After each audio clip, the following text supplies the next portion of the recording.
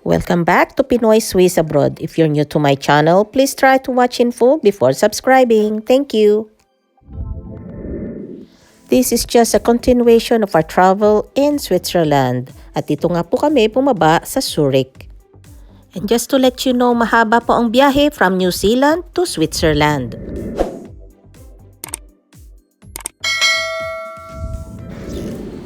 As what our name suggests, we are Filipino-Swiss family. Our home base is here in New Zealand and we are also a citizen here in New Zealand. And my son is a citizen of Switzerland. So ang mga family po namin is from Switzerland, Philippines, and New Zealand. Madami po kasi sa inyo ang naguguluhan. Sama na lang po kayo sa aming gala. We had a day trip outside Zurich. Yes, we're going to Geneva, or in French, Genève. French po kasi ang salita doon sa Geneva. They have 4 languages in Switzerland: German, French, Italian, and Romansh. Kung saan po sila naka-border or nakadikit, yun po ang language nila. But of course, they can speak English, so don't worry. And in the past, I've been to France, in Paris. Please check my older video. Thank you. At yung Germany at Italy, hindi ko pa po nabablog yun kasi medyo tamad po kasi ako ng mga panahon na yun. United Nations is working for peace, rights, and well-being. At siguro alam din nyo naman po na dito nagmi-meeting ang mga presidente ng mga bansa na kasakop ng UN. The United Nations has a history of more than 80 years. If you want to tour around the UN or places here in Geneva, just book in advance. We only do self-tour. Kami na lang po ang gumawa ng pagtutour namin dito around the places sa Geneva.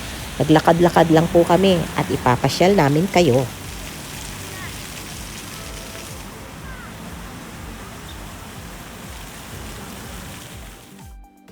Basa-basa lang pag may time.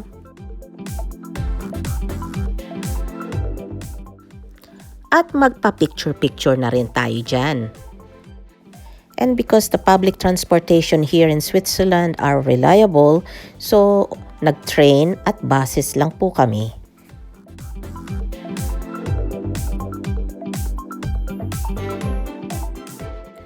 It rained and it's very cloudy after.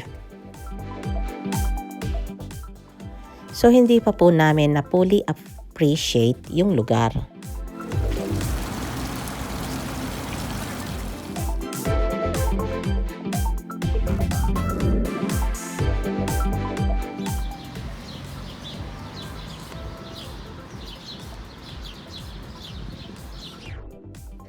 Ayan po, ang sarap siguro mag-hotel dyan.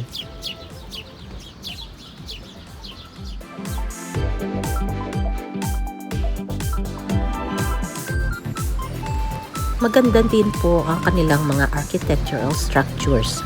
And this is just in front of the waterfront.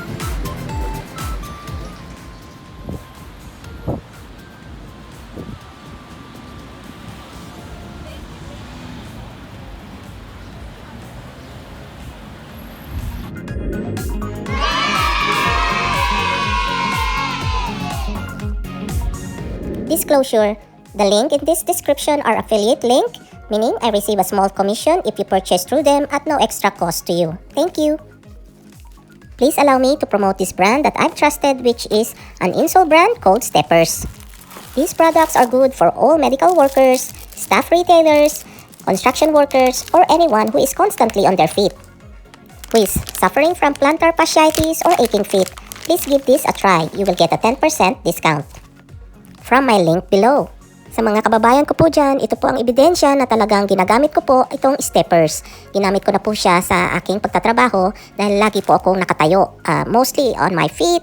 At talaga naman po talagang napakasakit ng aking paa pag hindi maayos ang insole ko or maganda yung sapatos na sinusuot ko na pang matagalan talaga sa mga taong katulad ko na nagtatrabaho na laging nakatayo. At ito na nga po, ready na yung aking panggala. Yung sapatos nga po, gusto ko rin pong mag-affiliate dyan. Yung link po, nasa baba, pakipindot na lang po at pupunta po kayo sa website. Ayan nga po, walang kasawa-sawang mag-video ng Geneva Lake.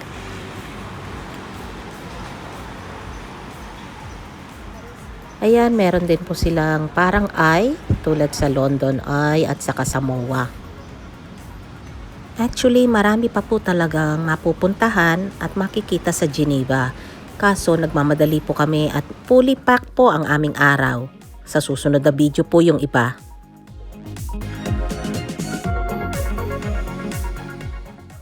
Beautiful landscape. Babalik pa rin po ako dito kasi I have an old friend here from Geneva that I've met from Abu Dhabi. Next time po baka mag-book na lang ng hop-on, hop-off tour para siguradong mapuntahan lahat.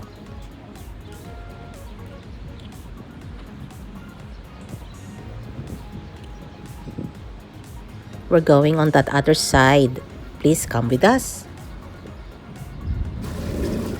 Actually, I'm only using my Zurich pass. Kaso, ewan ko bakit okay pala hanggang dito sa Geneva.